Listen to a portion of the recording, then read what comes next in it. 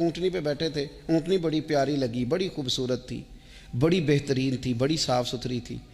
تو 2-3 دفعہ اپنے غلام سے کہا یار بڑی پیاری ہے، بڑی خوبصورت ہے، دیکھو اس کا چلنے کا انداز کتنا نرالا ہے۔ آج کل بھی ڈرائیور گاڑی چلاتے ہیں تو کہتے ہیں بڑی ہلکی پھلکی ہے جی، بریکیں بھی بڑی ٹھیک ہیں جی اس کی، فلاں معاملہ بھی اس کا بڑا صحیح ہے۔ وہ اتنی پسند آئی اونٹنی، تو اونٹنی سے اترتے ہی فوراً کہنے لگے اس کو نشان لگا کے قربانی کے جانوروں میں چھوڑ دو، یہ زیادہ پیاری ہے، اسے رب کے رستے میں خیرات کریں گے۔ کیوں؟ ایک باریک نکتہ صوفیاء نے بیان کیا ہے۔ اللہ کے نیک بندے کہتے ہیں کسی جگہ بھی تمہارا دل اللہ رسول کے مقابلے میں الجھنا نہیں چاہیے۔ کوئی ایسی چیز جو رکاوٹ بن رہی ہو، رکاوٹ، وہ کیا کہتے ہیں کچرا آ گیا ہے، اس کچرے کو لوگ ٹھیک نہیں کرتے، کہتے نکال دو تاکہ معاملہ صحیح رہے۔ ایک چھوٹا سا باریک سا ہلکا سا دھاگے کی طرح کا ایک ٹکڑا اگر کسی وقت گوشت کا آپ کے دانت میں الجھ جائے نا، وہ سارا ذائقہ تباہ کر دیتا ہے۔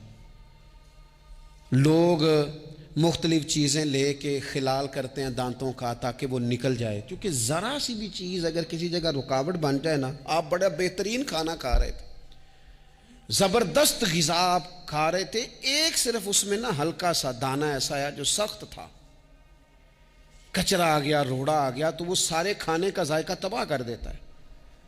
بعض لوگ ایسے ہوتے ہیں کہ ایک بال نکل آئے نا کبھی کھانے میں سے تو کھانا چھوڑ دیتے ہیں، کہتے ہیں یار یہ سارا ذائقہ خراب ہو گیا۔ ہمارے ساتھ یہ ہوا ہے، یہ تو ہے نا دنیاوی معاملات، اسی طرح کا مسئلہ روحانی زندگی میں ہوتا ہے۔ کئی دفعہ نا ہم ماننے کو تیار نہیں ہوتے، لیکن ہمارے اوپر دولت کی محبت پوری طرح سوار ہوتی ہے، وہ سجدے میں ذوق آنے نہیں دیتی۔ شہرت کی محبت پوری طرح سوار ہوتی ہے، وہ درود و سلام کا، ذکر کا، عبادت کا ذائقہ لگنے نہیں دیتی۔ وہ جو کہا تھا نا والذین آمنوا اشد حبا للہ، ایمان والے سب سے بڑھ کر اللہ سے پیار کرتے ہیں، سب سے بڑھ کر رسول اللہ صلی اللہ علیہ وسلم سے محبت کرتے ہیں۔ کیوں کہا گیا تھا؟ اس لیے کہ ان محبتوں کے مقابلے میں ذرا بھی کوئی اور محبت آتی ہے، روحانی ذائقہ خراب کر دیتی ہے، ہمارا دل نہیں لگتا، ہم بور ہوتے ہیں، ہم پریشان ہوتے ہیں۔ مسئلہ یہ ہے کہ جس دل میں صرف رب رسول کو ہونا چاہیے تھا، وہاں شہرت آ گئی ہے، شہرت کی محبت آ گئی ہے، دکھاوا آ گیا ہے، مال آ گیا ہے، کئی قسم کے ہم نے بت معاذ اللہ اکٹھے کر لیے، اور پھر وہ ساری کیف مستی آئے۔ یہ کیسے ہو سکتا ہے؟ حضرت عبداللہ ابن عمر رضی اللہ تعالیٰ عنہ کے پاس ایک گدھا تھا، ہم پنجابی میں تو کہا کرتے تھے کہ بڑا ساؤ جانور ہے، بڑا دھیما ہے، بڑا اچھا ہے، سواری بھی کرتے تھے اس پہ، اس پر بوجھ بھی رکھتے تھے، اور بھی کئی کام، جانوروں کا چارہ بھی اس پہ رکھ کے لایا جاتا تھا۔ بہت سارے لوگ اس کی تعریف کرتے تھے کہ ظاہر ہے اس وقت یہ جانور ہر گھر کی ضرورت ہوتے تھے۔ لوگوں نے بڑی تعریف کی کہ جناب یہ گدھا بڑا اچھا ہے، بڑا عمدہ ہے۔ اب بعض چیزیں ایسی ہوتی ہیں جن سے دل لگ جاتا ہے۔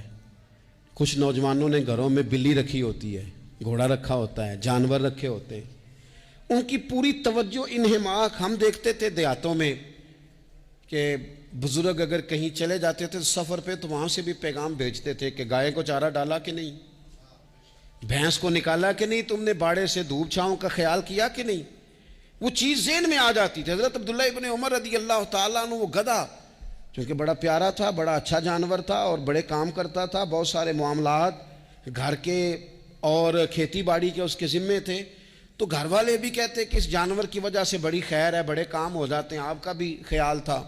حضرت عبداللہ ابن عمر ایک دن گھوڑے سے نیچے اترے یا اس گدھے سے نیچے اترے تو خادم کو بلا کے کہنے لگے اسے لے جاؤ اور بیچ کے پیسے اللہ کے رستے میں خیرات کر دو۔ اب وہ خادم کا بھی اس سے دل لگ گیا تھا، جانور گھر میں ہوتا ہے دلچسپی ہو جاتی، کہنے لگا حضور وہ سارا محلہ تو اس کی تعریف کرتا ہے، سارے خاندان والے تو اس جانور سے دلچسپی رکھتے ہیں اور آپ بیچ رہے ہیں۔ آپ فرمانے لگے جس طرح سب کا دل اس کی طرف ہے نا کہ اچھا جانور ہے، میرا بھی ہو گیا ہے، لیکن میں اپنے دل کو سوائے رب رسول کے کسی اور طرف ہوتا دیکھ نہیں سکتا۔ اعظم بلا سے اپنی وہ ہستی ہی کیوں نہ ہو، اعظم بلا سے اپنی وہ ہستی ہی کیوں نہ ہو، جو چیز اس کی راہ میں حائل ہو پھونک دو، جلا دو ایسی ساری چیزیں جو ان کے راستے میں